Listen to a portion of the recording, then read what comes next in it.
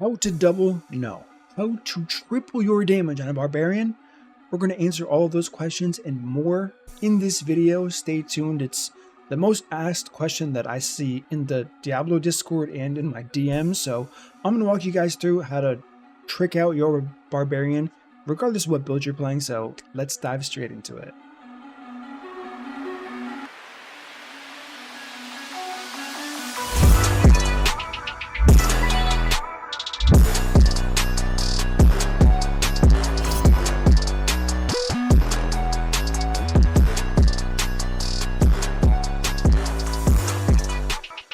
What up, team? It is Rank, and let's talk about how to double or triple your damage on your Barbarian regardless of the build you're playing. And what am I going to do? How am I going to accomplish this? Okay, it's going to be pretty simple. 99.99% of the problems that people run into and why they lack damage is because they're not gearing properly. They're kind of overwhelmed by the new things from Diablo. Understandable, it's a new game. There's still so much that even the theory crafters and people testing builds still don't know about the game. So it's not surprising that the average player is struggling to min-max their damage when they're just getting started. So this is going to be that video to help you get over that edge for sure. And if videos like this are going to help you now and down the line, subscribe to the channel, make sure you're notified the next time I upload, because I'll always have content like this helping you succeed with the Barbarian, but also other classes. I will expand onto those as well in the future. So I'm going to systematically go through every single piece of gear here and tell you the best stats. I will give you a few options if you're playing different builds here. The helmet is the perfect example. So a helmet, you want total armor, cooldown reduction, and strength. Always look for those. Some of these are going to be gated behind World Tier 4. If you don't see these stats, it's because they're not available on your current World Tier. So World Tier 4, generally most players are level 63, 64, 65 when they get there. I think that's the average. Some like gamers are there at like level 58. I went there at 60. I'm a casual. I'm not that good at this game, but I got there at 60. But I know there are people who did it under 60, and it's very difficult to do that. You need very strong gear, and I knew nothing about this game coming into it. This is the first Diablo game, so you want armor, cooldown, strength for sure. If you're playing Hammer the Ancients, maximum fury is massive for you. This is a huge damage increase. So these are things you really need to know. And outside of that, what's the next best stat? You're looking for health.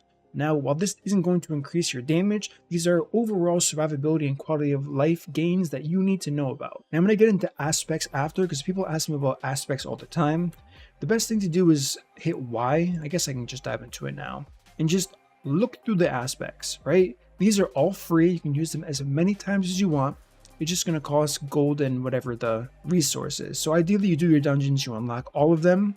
You can go to offensive if you want to see the damage ones, and you just start stacking them on your gear. Make sure they make sense though. If like you don't have kick or charge, obviously don't put this on, right? So this is pretty self-explanatory. Edge Masters is great. Dire Whirlwind if you're playing the Whirlwind build. Thorns. Listen, thorns are thorns, right? If you have any thorns in your build or you take any talents, this is just free damage that will now shoot out an AoE. Not going to be huge damage, but not the worst. Death Wish aspect, you can actually stack both of these while you're getting your character ramped up. The key point here is don't ever run around with just rare gear on. As you can see, this all looks legendary, but they're rare gears with imprinted aspect that I took off and then put them on here. If you're at any point in this game where you have unlocked aspects and you're running around with an empty slot, go straight to the occultist. I'll show you what it looks like right here. The occultist. It's the triangle with 3 rings. Go to the occultist, and then again, if you want to know where this menu is, you hit Y. That's just what my keybind is at least. Click show only in my class. And then you can go defense, offense, resource, utility, mobility. Pick anything that looks good for your build and put it on. There's no penalty to putting it on. You're not losing anything. If you find something better, just replace it. It's that easy.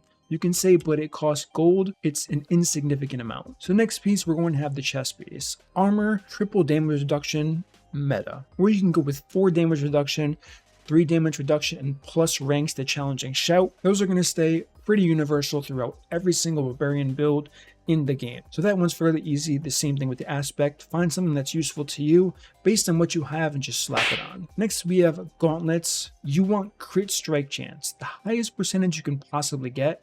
That's your goal. And the next thing you want to look at is plus ranks to the skill you're using most. So you can get Whirlwind, Rupture, I think you can get Rend on your gloves as well, Upheaval, pretty much any skill you're using to deal damage, you can get ranks of. So see what skill's hitting the hardest, confirm you can get plus ranks onto gloves. There are tons of online databases. You can just Google search and it will tell you exactly what you can rank up on your gloves. And then you go for those rolls. So crit chance, and then the plus rank to skill. Attack speed doesn't scale with every build. The most popular build being Whirlwind has 0 scaling with attack speed, so murder while you're using them, no reason. Just because the options outside of this are not that great.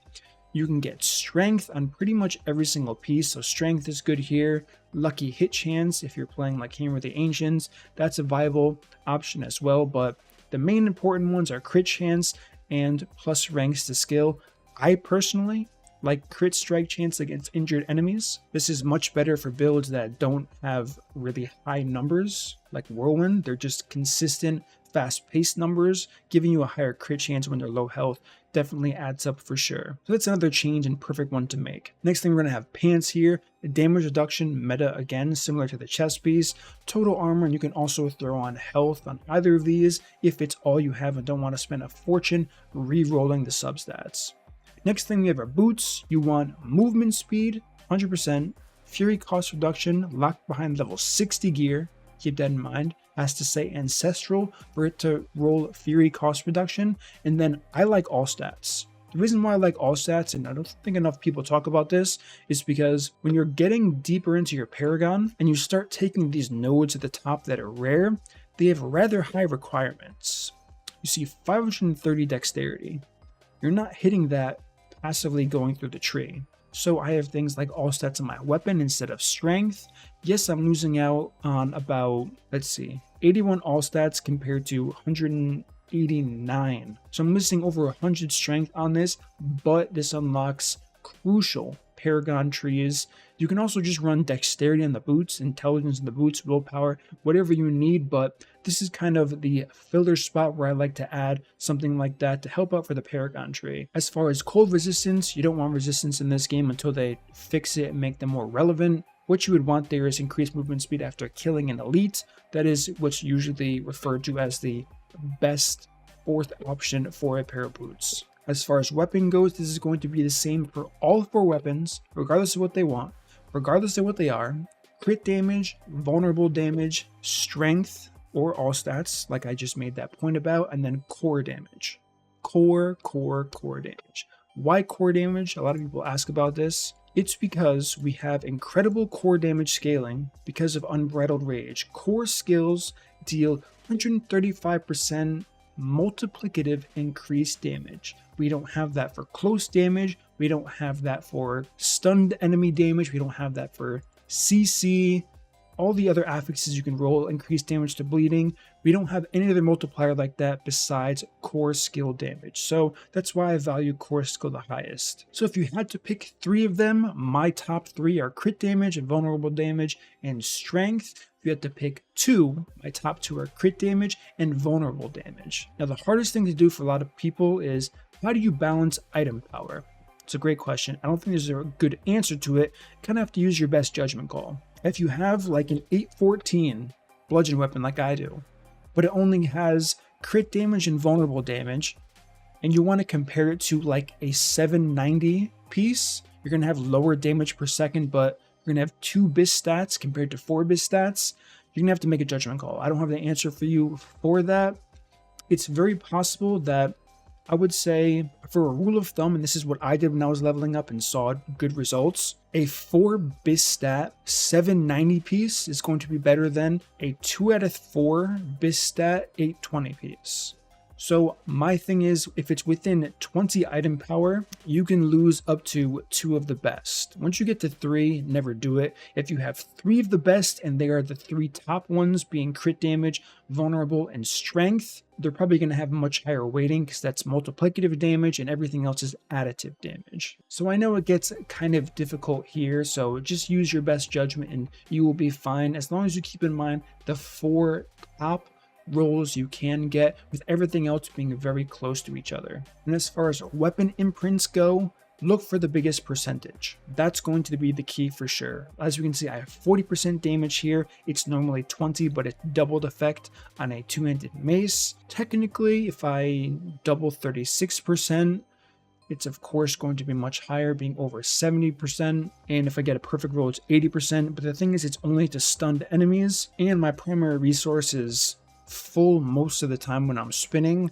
And when it's not full, it's because I've killed most of the mobs around me. And I'm moving to the next pack and just killing off a few of the stragglers. So you're going to have to make, again, a judgment call here on which one you want to pick. But basic rule of thumb, higher numbers are better, lower numbers are worse, so use that when imprinting your weapons for sure. Next thing is the ring. We've already discussed the ring. Resource generation, vulnerable damage, crit strike, and crit strike chance. This is BIS. If you had to prioritize anything, it's going to be crit strike chance and resource generation. It's almost impossible when following a gear guide like this to not have enough damage for something. Almost impossible, which is why you don't have to kill yourself to get a perfect 4 out of 4 ring. If you want to sacrifice anything, it should be vulnerable damage and critical strike damage, because your damage when you don't crit is massive. It's just massive. Now you do in fact inflict most of your damage while the enemy is vulnerable, so there is a case to be made about taking vulnerable damage over crit strike chance, but my personal recommendation is resource for sure, since so many builds are resource starved, and then crit chance, and then finally vulnerable damage, and lastly crit strike damage. It's going to apply for both rings. Now the neck piece is going to be a bit tricky because there are so many good stats, some of them that I don't even run personally. The perfect GG neck piece is going to be +3 ranks to defensive skills, cooldown reduction, and then reduce, where is it? Right here, fury cost reduction. That's a perfect neck piece. Anything else is extra. Just consider that. Anything else is extra. So there are 3 perfect things you can get, and anything else is extra. If you're noticing you're taking a lot of damage, you can go for a damage reduction roll. If you're noticing your damage is slightly low, you can take +3 ranks to whatever talent's best for you.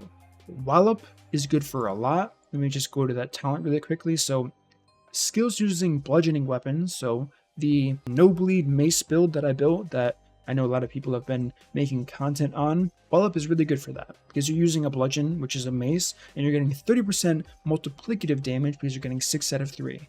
If you're not using a mace and using an axe and a sword, like for example the bleed build that I made, which is a slashing weapon, you're going to want +3 to heavy handed. Now if you're looking for something that's more on the defensive side, you can go for counter offensive. This is of course a clear damage increase. It lets you drop thick skin, or you can keep thick skin and just take 6 out of 6 here, but it could save you a talent point because you don't have to have a connected node, to my knowledge at least, to have something you get from your neck to be active. And outside of that, none of them are really that powerful that I can think of. The popular ones are Wallop, heavy-handed, and counter-offensive for sure. If you're living the good life and you want to roll movement speed, you can do that.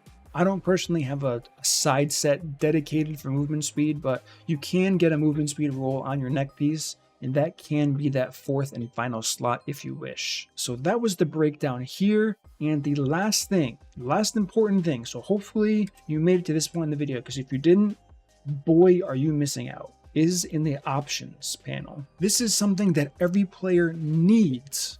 I might even make a separate video on this because it's so important. You need to have advanced tooltip information on all the time. So again, I'm going to go back. You go to your menu, hit escape, or if you're on the console, go to your console, options, gameplay, advanced tooltip information. You have to turn this on, and this is why you have to turn it on. As we can see here, and let me just go back to my gear, because I've seen people ask, how do you see certain things like this? So this imprint, Edgemaster, skills deal up to 40%. You see that small X? That means multiplicative. That is the highest form of scaling damage possible. So you need to know this, because if it's a plus sign, let me find a good example of a plus. This is crit rate, not crit damage, but you can see it's additive. Okay, whenever you deal direct damage while berserking, inflict 27% of the base damage dealt as an additional bleeding damage. This is not multiplicative damage. This is additive damage. So there's no X, no good. I mean, it's fine. It's fine for like a bleed source, but you're not using this for damage. Anyone who thinks they're using this for damage is crazy. So here we go. We have, again, 20% multiplicative crit strike chance, which is actually worse than additive crit strike chance. Then we have expectant multiplicative damage again. I mean, I'm pretty much only saving the multiplicative stuff because that's much better than additive, unless we're talking about crit chance once again. But it's very important to know the difference. Like if you look at a weapon, kind of like how I made the last video on the axe, and I said, axes are really good for Whirlwind builds, despite them having no crit damage on the implicit, because you're getting plus 52% crit damage. This is additive crit damage just being added, compared to the Glyph Cleaver, which gives 12% multiplicative increased crit strike damage. It's not even close. 12% multiplicative is not even close to just adding 52.5% on top of everything else you get from an axe. Damage when healthy, because you're speed farming, so obviously you want that. You're also getting the additional 10% additive crit strike chance, and remember, crit chance additive good, crit damage additive bad, and it's as easy as that. So that's the final tip. Hope people made it to that part. If you don't have that on, you're gonna need that on for every single season of Diablo. That's like the biggest, besides going over the gear, that should have been an eye-opener for a lot of people, but that last thing was huge. It takes a while to get used to, looking for the small X and the plus sign, but once you do that, you're just going to see your damage go up, up, and up. And it's going to apply to every single class as well. So it's not just the Barbarian thing. You're going to be set for your ults, and it is what it is. I was going to go over the abilities one by one, but based on how long this video currently is, we're not going to do that. Abilities are good. I wanted to get into the gray number where it says the scaling damage and how some skills could be sleeper OP and we don't even know about it, like 13% in gray there, compared to 120% death blow damage, compared to 23%, and then the more common skills we use, Whirlwind's 28, Hammer the Ancients 50, Upheaval is 70, Double Swing is 36, so on and so forth. I'm not going to get into that. Maybe that'll be a separate video. You can let me know if you want to know about that, if that interests you, but that's going to conclude this video. Following the tips in the kind of breakdown of the stats you need, if your damage doesn't go up, I'll be shocked. Like I said, 2 to 3 times minimum. I will be shocked. Unless you knew everything I talked about, then GG. So that's going to conclude this one. Thank you for watching. If you enjoyed this, again, subscribe, hit that like button, and I will see you all in the next upload.